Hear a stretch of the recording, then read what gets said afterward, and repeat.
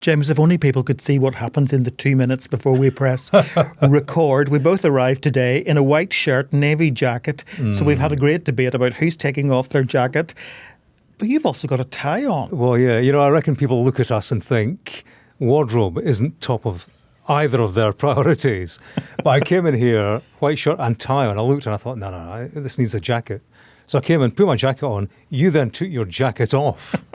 So as not to confuse people, two baldy guys. It's the distinctive dress that matters, eh? Yeah, and hairdressing tops the list of priorities. I'm David Blevins. And I'm the guy in the jacket, James Matthews, both of us, in the Trump 100 studio in Washington, D.C. Today we're looking at the World Cup and potential changes as the money men hover. There is a Trump connection. Plus, on Wednesday, we saw COVID czar Anthony Fauci, one of the most famous faces during the pandemic, testify before a Senate committee hearing. What did he say? Well, one sentence really. It was a bitter hearing and it has reopened wounds and conspiracies that first cut deep in 2020. And Donald Trump has revealed more plans to upgrade Washington DC's infrastructure, make DC beautiful again. That's how he puts it. David, it's not even been a fortnight since the end of the World Cup. Normally, after a football tournament of that size, there's a bit of downtime, chance for us all to draw breath. But not this time. No, and that's because of one man in particular. Gianni Infantino, the controversial and much maligned president of FIFA. You said a couple of weeks ago, James, that he came in as FIFA president in 2016 as the antidote to the old days of FIFA corruption. When Infantino was first elected 10 years ago, it brought hope for progress after the very controversial days of Sepp Blatter. Infantino's predecessor, Blatter, was charged with fraud and misappropriation of funds, throwing the entire organisation into turmoil at the time. Well, now Infantino could be on the cusp of selling football in a way that has never happened before. And of course, it seems to at least indirectly involve one Donald Trump. Yeah, that's right, David. So let's take a look at what has happened. Infantino, he's announced this plan to create a $20 billion company that would run the World Cup. His plan is to sell off 20% of that company. That would go to private investors. Since the beginning of the World Cup, since it began as a tournament, FIFA has owned the rights to it all. Now, with this plan, Infantino, he wants to open it up open up the World Cup's commercial rights to investors. One of the major investors in all of this would be the Kushner family. I'll tell you about them in a minute. Yes, Infantino didn't consult any of the confederations like UEFA and others in South America and Asia before floating this idea. And he's now set a deadline of September 19th for FIFA member nations to get behind this or miss out on, now wait for it, $40 million worth of funding each.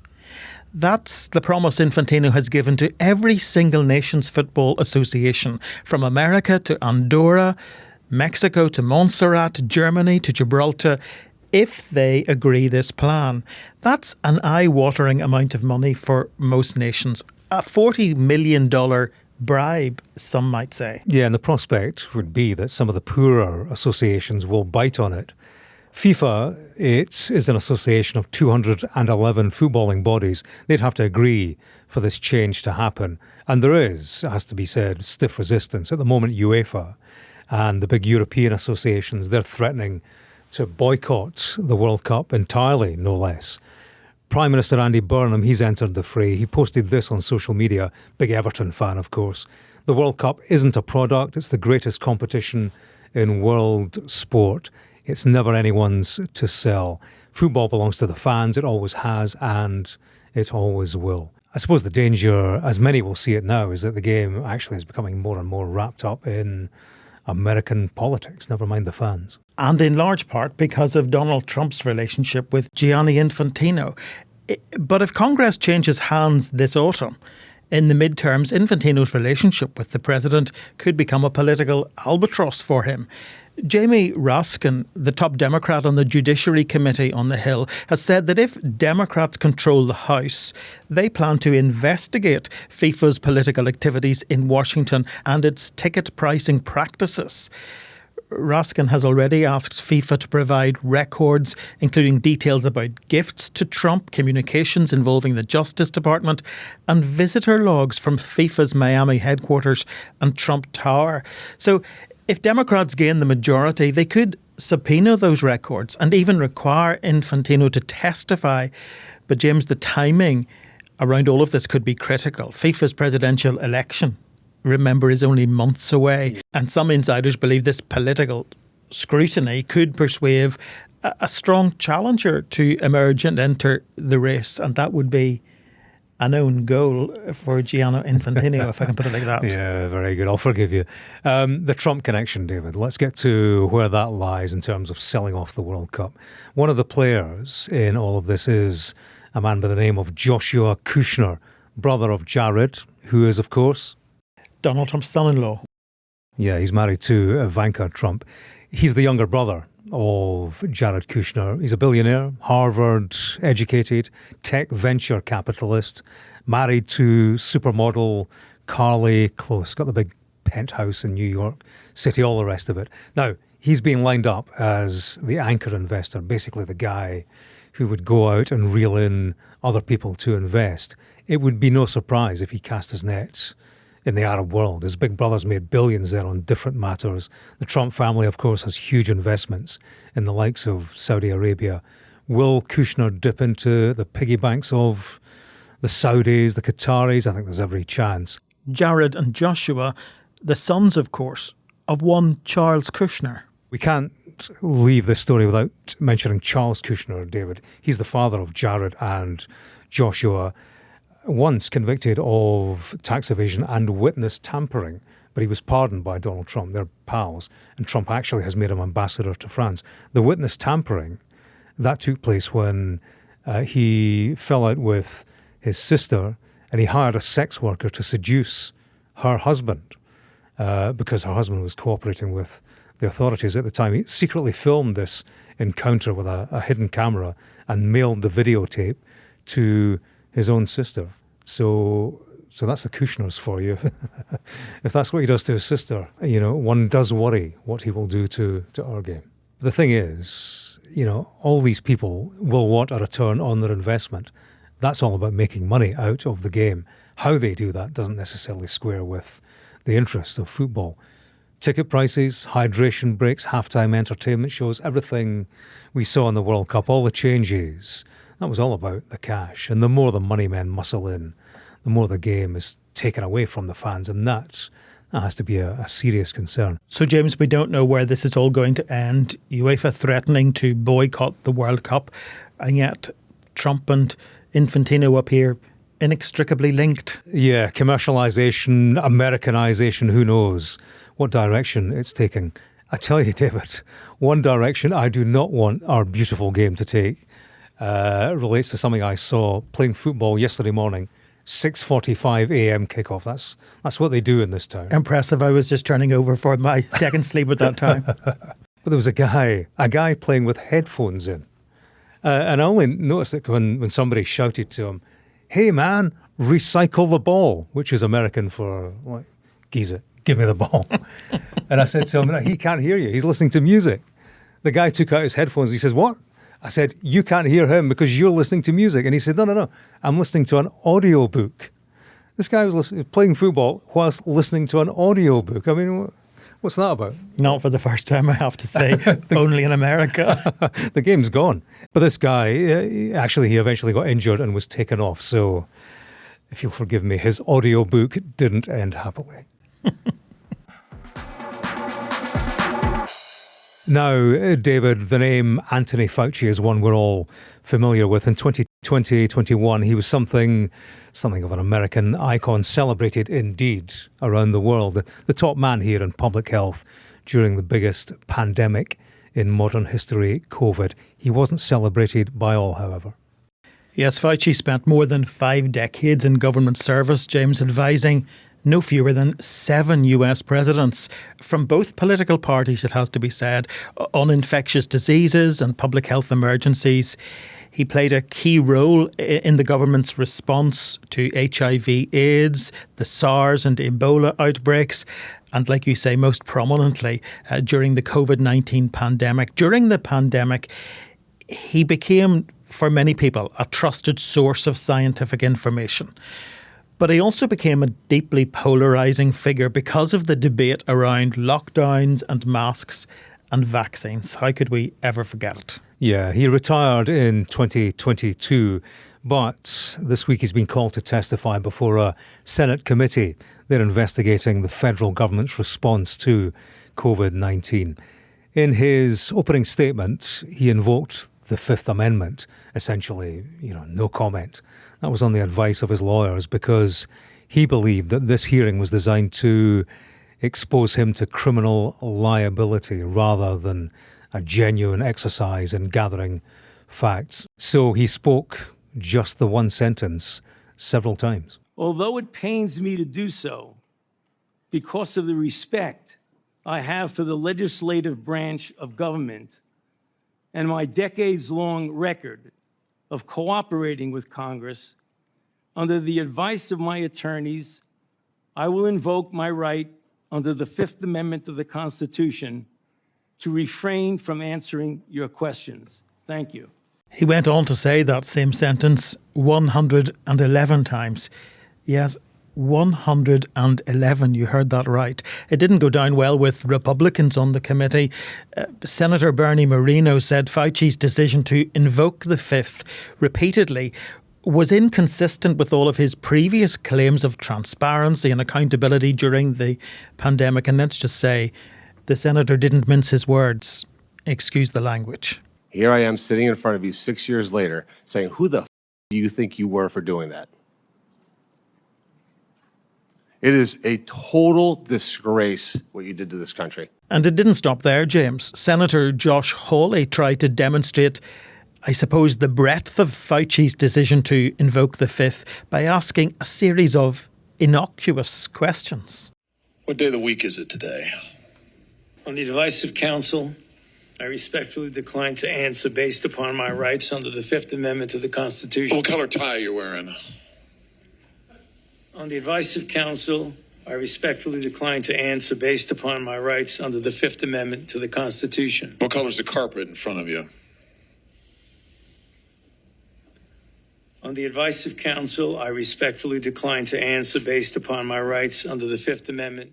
It was quite the spectacle, David, wasn't it? For me, like everything else, actually, in politics here, we had a matter of huge importance, critical matters of science, to be interrogated. And yet this was reduced to political theatre, knockabout stuff.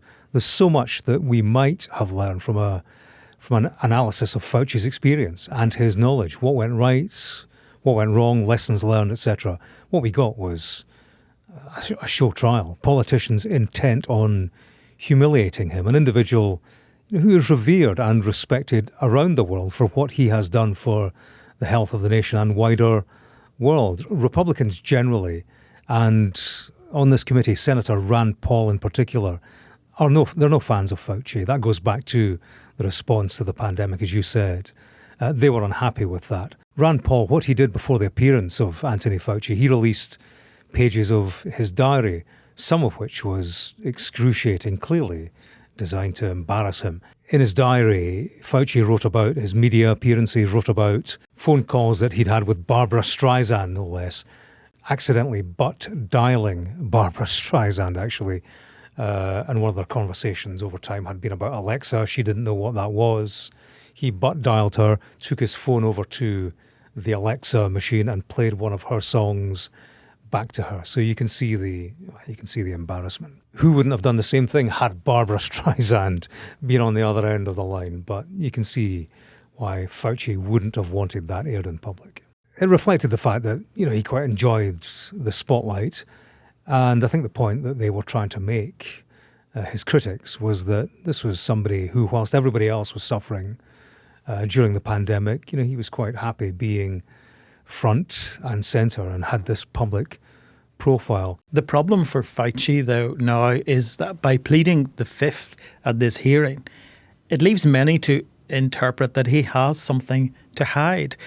And that gives ammunition to the conspiracy theorists who say Dr. Fauci suppressed knowledge of the origins of COVID, that he encouraged masks as part of a plan to suppress and repress the American public. Conspiracy theories that are as untrue as they are unfounded. And yet, nonetheless, that's where American society finds itself right now, especially with its deeply polarising politics and with a president who has all too often fanned the flames of lies and conspiracies about coronavirus. Yeah, this Senator Rand Paul, he said the committee, they will vote on a contempt resolution against Fauci next week, pursuing a contempt of Congress charge. Fauci, of course, he was given a preemptive pardon by Joe Biden. It's one of the last things that President Biden did before he left office. Republicans, they are looking at that pardon closely for any weakness to see how they might be able to subvert it. So the story's not over for Fauci. 85 years old, a man for whom, this isn't the retirement he would have had planned. Now, David, before we go, let's talk about Dulles Airport in Washington, D.C., a place that we know very well. Donald Trump, he was in the Oval Office on Wednesday this week, announcing plans to renovate yet another part of its infrastructure. We are announcing plans to add more than 5 million square feet of new or renovated space. We'll replace the current C and D concourses, which are basic disasters, all the while preserving the iconic original terminal. That is one of the great architects of the world did the original terminal, and it was very, very important that it be left. It's one of the reasons. It was both an asset and a liability. The liability is that nobody wanted to build anything near it. We should explain, perhaps, James, that Dulles Airport is technically in Virginia, not in the District of Columbia, but it is the main airport for America's capital city. This is a plan that the president has concocted with the CEO of United Airlines, Scott Kirby, who seemed very chuffed at the announcement. The terminal that's out there today was built 45 years ago, was meant to be temporary.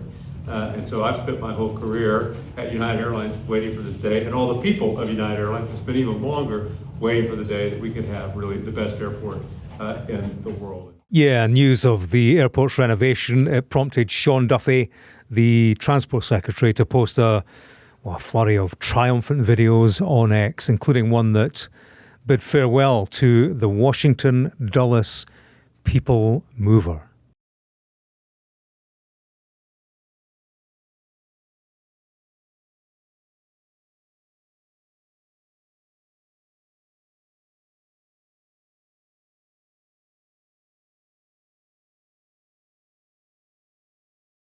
Now, David, as we both know, it's like a 1960s mobile lounge. It shuttles you between terminal and terminal. You a fan? The 1960s. So as old as you, almost as old as me.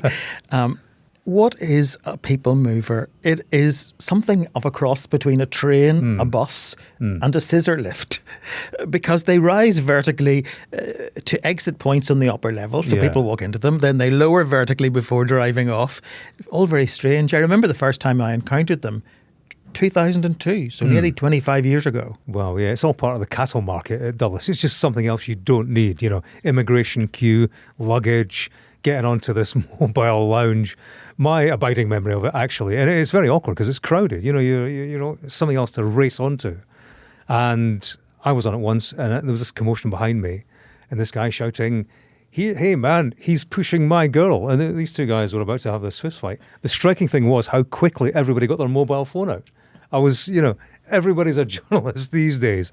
They were far quicker than me, I can tell you. So triumphant celebrations all round on Wednesday. Donald Trump making DC beautiful again, he says, transforming an airport he has called terrible and incorrectly designed. Yeah, and David, it won't surprise you to know that he wants to rename Dulles after himself. Hasn't he already named another airport after himself? He very much has, yeah. Palm Beach Airport. You don't fly into PBI anymore, you fly into DJT. So let's just focus on the numbers for a moment. Trump says that it's going to cost $22 billion. The cost of building Heathrow Terminal 5 from scratch just over 15 years ago was $4.2 billion. And Terminal 5 is 3 times bigger than Dulles. Yeah, Trump's plan, it's going to significantly expand Dulles. It would be a major upgrade to the infrastructure, the interiors, but $22 billion, it's a lot of money for an airport that's only the 22nd busiest airport in this country. In 2025, fewer than 14 million passengers used it. Contrast that with Atlanta, more than 51 million passengers a year go through that place. And Washington Dulles really only serves a city that has 700,000 residents in a country of 330 million people. Is a $22 billion project really worth it? Especially after all the taxpayer money that Trump has spent to renovate other parts of DC, from the east wing of the White House to the parks, dare I say it, to the reflecting pool. And we've seen the horses that make up the arts of war and arts of peace. Monumental sculptures near the Lincoln Memorial get an extra thick painting of gold. That double gilding cost $5 million, according to federal records. That's a lot of money. Yeah, double gilding, gifts, bronze statues, gifts by the Italians decades ago, given this gold makeover. I do wonder what the Italians who contributed this would make of that. This very golden version of the bronze statue that they gave to the United States. I also wonder what the rest of the country thinks as they see their capital having money poured into it by this administration, cosmetic jobs done at the behest of the president. People in the Rust Belt, Ohio, Pennsylvania, Michigan, what do they care if Dulles Airport doesn't have people movers anymore? $22 billion. They would earmark that for something else, I'm sure. Yeah, it feels like a lot of money spent on a lot of vanity projects, none of which necessarily will improve the lives of American people. I tell you one thing that hasn't changed here, though, the number of hidden treasures in this city, James. I seem to find a new one each weekend. I've heard that about you, David. Last Saturday, I had a friend visiting from Northern Ireland, and on Capitol Hill, we discovered a little pub called Mr. Henry's. Which was funny because my friend is called Mark Henry and he's a teacher, so the kids call him Mr. Henry. But we learned that Mr. Henry's pub is rather famous for launching the career of a woman who used to sing there a couple of times a week, Roberta Flack. Whose biggest hits was? Killing Me Softly. Killing Me Softly. How appropriate in this town. Yeah. On this job. Covering this administration. Right, David. I am off to catch a train. I'm not going to tell you where, but it's to do with a story. Might have been one that we discussed today. Regular episodes are back next week, but if you're an insider, you will hear more from David and Martha after Martha's trip to Florida during the week, and she spent time with the Haitian community there. That's out this Saturday. That's an extra episode every Saturday with no adverts on any of our episodes if you become a Sky News Insider for $2.99 a month or $29.99 a year. For now, you need to be over 18 years of age and listening in the UK. Terms and conditions apply. What did you have to drink in Mr. Henry's bar, David? Corona. Good lad. Bonding over alcohol. I like to hear that because, as you know, in this lanyard town full of careerists and youngsters building their lives, there's a lot of mocktail drinking as opposed to cocktail drinking. Do you find that kind of non-alcoholic adventure? That would be sacrilegious for an Irishman. Wouldn't it just, yeah. But they all stay sober so they can slit your throat at any time of the day and night, clambering over each other for a career. And good luck to them. Thanks for listening and for watching. Do get in touch with questions, comments at the usual place, Trump100 at sky.uk. Bye-bye for now. All the best.